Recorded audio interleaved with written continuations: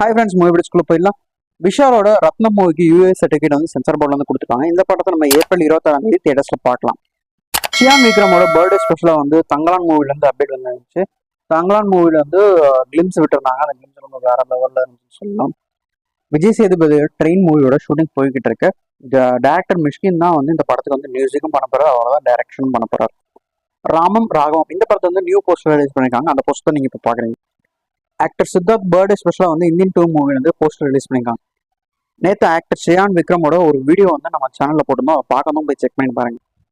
Robin Hood இந்த படத்தை வந்து டிசம்பர் 20 நம்ம தியேட்டர்ஸ்ல பார்க்கலாம். தல அஜித்தோட மங்காத்தா இந்த படத்தை வந்து ரீரிலீஸ் பண்ண போறாங்க. மே 1 வந்து இந்த படத்தை ரீரிலீஸ் பண்ண போறாங்க.